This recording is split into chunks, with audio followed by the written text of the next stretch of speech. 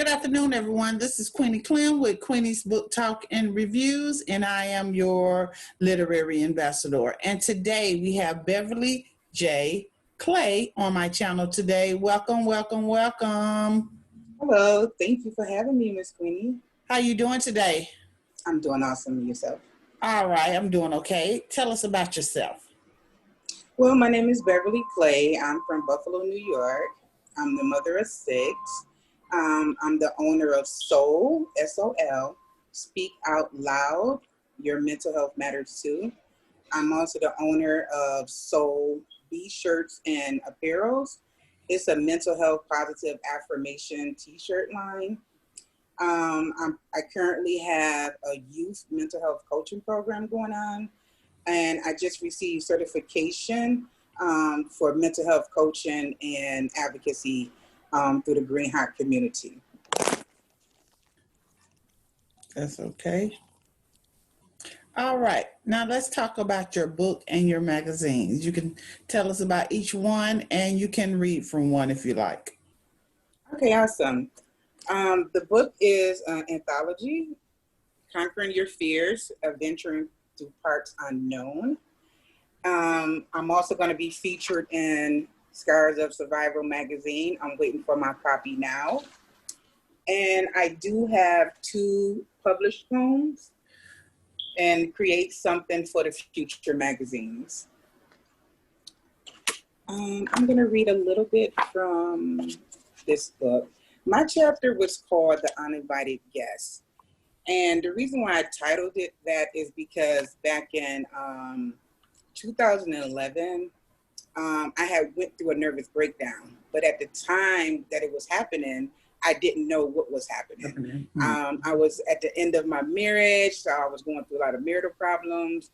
I was 1 semester away from graduating college at the time, and just all of a sudden, I was bombarded with all type of symptoms, rapid heartbeat, overwhelming feeling like I was about to just die. And it went on for maybe 2 months. You know, I didn't know how to tell anybody. I didn't think anybody was going to believe me, what was going on. It was just like something completely came and invaded my body. So that's why I came up with the title, The Uninvited Guest, because at the time I just couldn't figure out what it was. Mm-hmm. Until the point that it got so bad, I had to withdraw from college for that semester, I was devastated because I was about to graduate that year. Mm-hmm. And then I just finally talked to my doctor, and he just mandated me in to come in to have a mental health evaluation. Mm-hmm. And that's when I got the diagnosis that it was chronic depression, anxiety, and panic disorder. Oh, wow. Yeah, it was a lot, but I was relieved to finally have a title and a name to what was going on and to know in my mind. So I'm going to read just a small portion of this. It was called My Safe Place, because at the time when I was going through it, I kind of isolated myself just into my bedroom. I didn't know how to deal with my husband anymore. I didn't want to be around my kids because I didn't want them to think that I was just crazy and losing my mind. It was just a horrible spot to be in at that time of my life. So this portion is called My Safe Place. It says, at this point, I started to self-medicating and drinking the more than usual dosage. I realized that when I took more than the average level of required dosage, that was the only time I would have some respite and not experience the symptoms. So I continued with the practice. It got so bad to the point where I began drinking every night to escape this thing that had suddenly and continuously invaded my mind and body. I was convinced that I was losing my mind and slowly going crazy. My bedroom became my haven, my safe place, as I secluded myself from everything and everyone. So that was at the time where to even try to relieve symptoms, so I started self-medicating through drinking. And it became such a bad habit to where I was drinking every single day just to try to get some relief from the symptoms, only to wake up the next morning with the symptoms worse than they were from the night before. Okay, can you tell us a little about your magazines? This magazine is from a good friend of mine. Her name is Shalonda Robinson.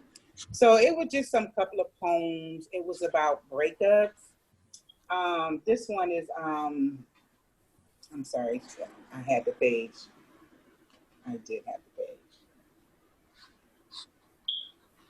I am so sorry, I had it marked. And did you write any poems in this book? I did. Okay. And I did have the page marked, and it just must have moved off the page. It was a short poem. So both of these magazines was just featuring a short poem that I had written, and I don't know why I can't find the poem right now. It should have been right where my page was marked. Okay, I'm so bummed right now. I had the page marked.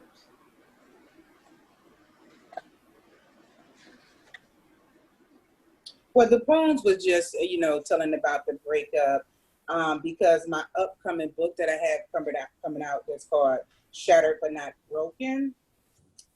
It's going to be talking about overcoming narcissistic abuse. And I think that's so important to discuss because so many people don't realize or even understand that that's a real abuse. But when you have experienced narcissistic abuse, in my opinion, it's even worse than going through physical abuse, because the mental and emotional toll that it takes on you and the amount of time that it takes to get your mind back set. So I went through that as well. I went through a relationship where I went through narcissistic abuse. And on top of dealing with my other mental health issues and what I was going through. And so it just compounded. So where it went from just me having PTSD, it went from me having complex PTSD. It went from me having just depression to chronic depression and anxiety. It was like a whirlwind, trying to get yourself out of that situation. So this one was called The Final Chapter. So this was when I finally had got the strength to leave. And it says, you wanted to break me, but I didn't shatter. All your efforts now doesn't matter. I have now found my worth in me.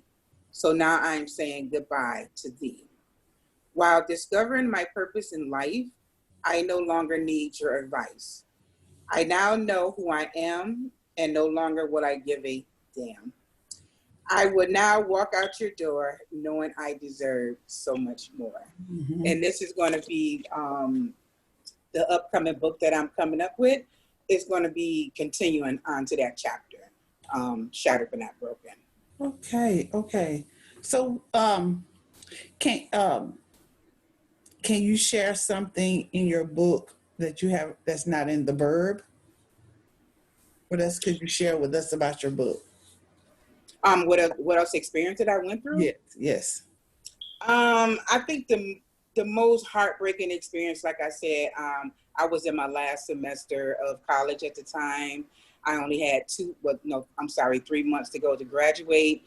And just going to class, it was like walking through a dark cloud. I would sit there and constantly have panic attacks, but at the time I didn't know that they were panic attacks. It felt like the room was closing in on me. My heart would start racing. I would go through the fight or flight syndrome where it felt like, oh my God, I just got to get out of here. I got to get out of here. And it was like, I couldn't handle being around a crowd of people anymore. And so I would just run. I would leave class early, and got to the point where I was starting to miss too many days. And then it got to the final conclusion that I had to just, contact all my professors and tell them that I had to withdraw from school this semester. And like I said, it was devastating because I was so looking forward to my graduation. And then at the time, I still didn't know what was going on with me. I just thought that I was just losing my mind. And it was like, who do I talk to? Because I didn't know how to explain it, because I didn't know what was happening to me. Until one day, excuse me, I was watching like an infomercial. And a lady came on and she was just talking about she had went through these symptoms, and it grabbed my attention like, oh my God, you mean there's somebody else out there that's going through what I went through? And she was talking about how she overcame depression and all kind of stuff like that. And so it really intrigued me. And so I ordered one of her CDs. At the time, there were CDs playing. Yeah. And so I got the CD. I was so anxious to get it and listen to it. And it was like she was telling my story. Everything that she went through, it was, telling from the symptoms, and she had to quit work.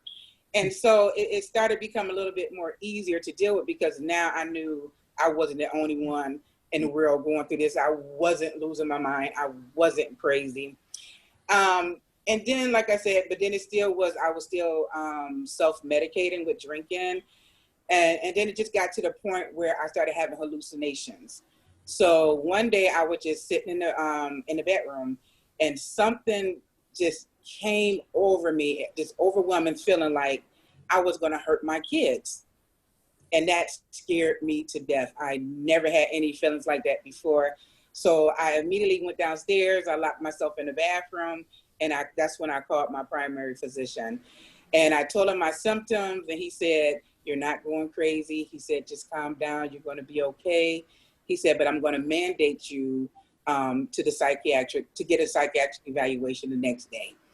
And so the whole night, it was just, I had to literally lock myself in the bathroom because I was so scared what my mind was trying to tell me to do. Mm-hmm. So just getting through the night and getting through the morning, going into the facility, I was shaking, I was nervous, I was sweating, and, waiting in the waiting room for them to finally call me back. And then when they finally called me back into the room, and instantly when I told the doctor my symptoms, that's when he instantly said, "Oh, you definitely have depression and anxiety and panic disorder." And at that moment, that's when it felt like a huge relief, because like I said, it finally had a title, and I finally could understand what was happening to me. And so they did mandate me into the hospital for 9 days. I was on medication, and it was like my whole world changed. Then I got more educated on depression and the causes, and they said what it probably was because of the stress with going to school, about to graduate, and also because I was going through a rocky relationship with my husband at the time. And everything just compounded, and it just hit me all at once. And so after that, I spent my years just educating and trying to understand everything that I could about mental health. And so last year, that's when I created my foundation, Soul Speak Out Loud, Your Mental Health Matters Too, is because I wanted to give the community, I wanted to actually advocate for the community, to give them a voice, to let them know that it's okay to speak out loud, to speak up and to speak out loud about your mental health, because of all the stigmas that surrounded around mental health. And, back in my generation, it was always what goes on in your house stays in the house. So nobody never got to process and talk about their feelings. And I believe that's why so many adults my age are walking around here so messed up, because they don't know what was going on. And a lot of it comes from childhood trauma. So, that was my goal. And I wanted to create a safe space to give them to feel confident. I was going to have workshops and therapeutic writing, and, then COVID came along. So that got pushed a little behind. So then that's when I started focusing on, well, how can I do this virtually now? So that's when I took up the mental health coaching and advocate training. And previously to that, I had started doing mental health youth coaching. So I created my Soul Academy, where I coach youth. But now I'm going to be working with the Green Heart community as a mental health coach and a mental health advocate. And I'm going to be working on, hopefully by November, opening up my own practice. So that's my goal. Yes. Okay, so you had to drop out of college 3 months before you graduated. Did you get to graduate? I didn't graduate that year, But with the support, because I was devastated and angry, but with the support of my mother, my brother, my children at the time, encouraging me just to go back. So I did go back the following year. I completed that degree, and I also completed my bachelor's degree again in 2013. And I'm going to go back in 2021 to complete my master's in psychology because I want to go into either counseling or to become a social worker. All right. Congratulations. I love it. Thank you. Okay. What do you want readers to take away when they read your book? Well, what I want them to take away is, first of all, to know that they're not crazy. They're not losing their mind. Depression is treatable. Mm-hmm. It's treatable through counseling or a combination of counseling, therapy, or medication. Mm-hmm. And to know that they have a voice, and it's okay to speak up. It's okay to ask for help. It's okay if you're struggling. It's okay to see a therapist. It's okay to go to counseling, because despite whatever diagnosis that you have, you can continue to go on to live a prosperous, full life, and you can achieve everything that you want to achieve. And, just learning the basic tools of how to get through the day. If you're dealing with anxiety, there's meditations that you can learn, mindset where you, you switch those negative thoughts that come into your mind often when you're dealing with anxiety, to transform into having a positive mindset, and constantly say positive affirmations every day. Yes. You have to be kind to yourself. You have to set boundaries. It's okay to say no, because a lot of people feel like, I got to be there. I got to help everybody. But you also got to take care of yourself, because in the process, you will wear yourself out. And you also got to practice self-love and self-care. It's so important. Yeah. Even if it's just one day a week, take that time out for yourself, whether it's reading, journaling, taking a walk, with going out into nature, and just loving on yourself more. Okay. So yeah, that's some of the things that I want somebody to take away for. And like I said, just to know it's okay to speak up and speak out loud about your struggles. What inspired you to write? I always wanted to write. I've been an avid reader since I was probably like 3 or 4 years old. And I just felt like this opportunity was given to me to be included in this book. Mm-hmm. And I said, okay, this is a perfect opportunity, because it's about conquering your fears, And so I said, okay, I'm going to jump on that opportunity. And it just made me want to tell my story, get my story out to the world, because my whole philosophy is, if my story can just help one person, then I know I did something positive in my life. Mm-hmm. And that's my whole goal of my journey on continuing writing. Mm-hmm. It's just to either inspire somebody, to help somebody, and just to let somebody know that it's okay, that you are okay, and you're going to be okay. Okay, let's talk about your publishing journey. Can you give me your favorite part and your least favorite part about the publishing? Well, the publisher, it was a difficult process.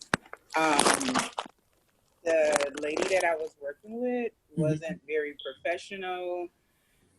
She promised us things that she didn't go through with. She didn't want to keep in contact, and when we gave, it wasn't critical, but we felt like if it was something about the book that we didn't like, we should be able to speak up and voice our opinions. And she just got totally upset with it. It just got to the point where she didn't even really want to really want to finish the project, but we paid into it. So at that point, she didn't have no choice but to do it. Mm-hmm. But the best thing about it was receiving the book in the mail with my name on it, and knowing that if somebody did pick up this book, that hopefully that it can still help somebody despite the experience that I went through just to get it put out. What has been your greatest accomplishment thus far as a author? As an author, getting on podcasts like this with you, getting to write my story about narcissistic abuse, like I said, in an upcoming magazine called Scars of Survival. And again, just being able to tell my story. That's been my goal for ever since 2011. It was just, it's like I have so many stories that I want to get out. Who is the author you most admire in your genre?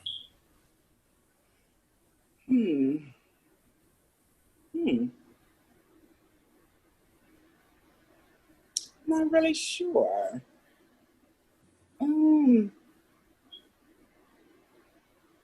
I would say Nicole Nichols. Oh, okay. Yes, I absolutely love her. She's very inspiring, very encouraging, and one of my biggest goals would be to one day meet her. And maybe, once we get over COVID and everything else, maybe I can go to one of her live broadcasts and see her in person. What are you currently reading now?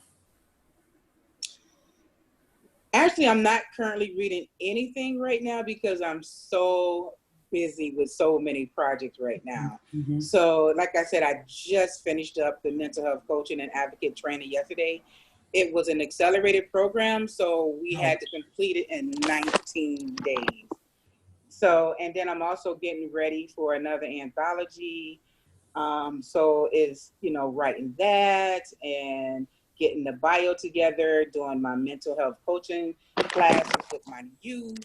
I'm coming up with my signature coaching program, doing the outline for my book. So it's like I have so many things going on, but right now, just to really be able to sit down and just read something right now has been almost impossible. Well, that was my next question. What projects are you working on right now? Yeah, it's a lot of projects. I am so sorry about that. I am working on a lot of projects, but I guess the biggest one, like I said, is trying to finish up the book and created my signature program for my coaching program because it's time now to pitch my program to the community, so to get it going. So what I'm probably going to do, I'm gonna probably start out doing a pro bono at first so I can get the experience, the feedback, and, possibly some testimonies. And like I said, hopefully I'm going to push it. Hopefully by November, or I say late December, I want to have my own coaching practice open. Okay, congratulations. Thank you. What do you do when you're not writing? Relaxing. I try to relax. I try to spend time with my kids, again, which that's been very hard. They have been very respectful of me with COVID, so we do everything still safely. Talking to them, FaceTiming them, and just trying to keep busy on the things that I'm trying to accomplish. I think that's what gives me the most satisfaction and feel the most accomplished when I do that. And I have a great support system with my family, so that also helps a lot. Good. How did you market your book and your magazine? Well, the magazine, I didn't really market too much, but the lady who put it out, she did market it, through Facebook, and it's actually doing pretty good. Just with this book alone, because of the situations that I had with the publisher. So if anybody want to purchase the book, they can contact me through my Facebook or Instagram page, and then I can pre-order the book for them. So it's more or less going through a third party now. I don't have any communication with the publisher at this time. Okay. How do you feel about reviews, whether they're good or bad? I take any reviews. Actually, I think I would probably welcome more the bad reviews. That way I can know which area in my life to improve. to what mistakes that I made, to know not to make those same mistakes in the past. So I think I am more open to honest, bad reviews. Yeah. Constructive criticism. Yeah. Yes, yes. How can readers find you and your books? They can find me on Facebook at Beverly J. Clay, and on Instagram, Beverly_J_Clay. Okay. Is there anything else you would like to add before we close? No, maybe just show off my new logo Yes. for my new shirt.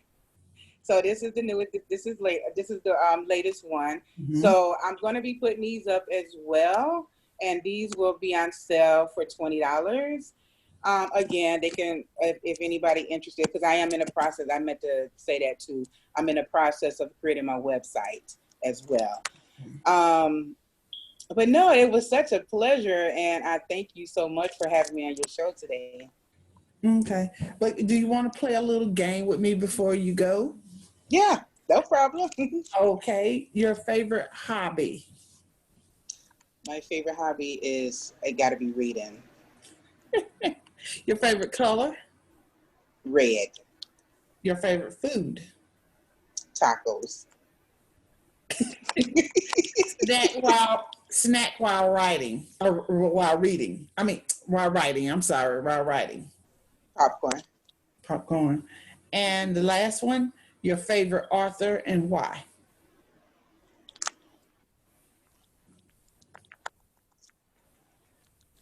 It's kind of strange, but I liked it. A.C. Andrews. It was just like suspense books back then. I had every book probably that was came out under her name. I love horror films. I love horror books. Stephen King books. I know this is going to sound crazy, but I liked all his books and his movie as well. But I also like motivational books. Mm-hmm. I love biographies and memoirs. Mm-hmm. Mm-hmm. Well, thank you, Beverly, for coming in today. I really appreciate it. Thank you. Thank you again for having me. You're welcome. Again, this is Queenie Clem with Queenie's Book Talk and Reviews. Happy reading. Bye, y'all. Take care.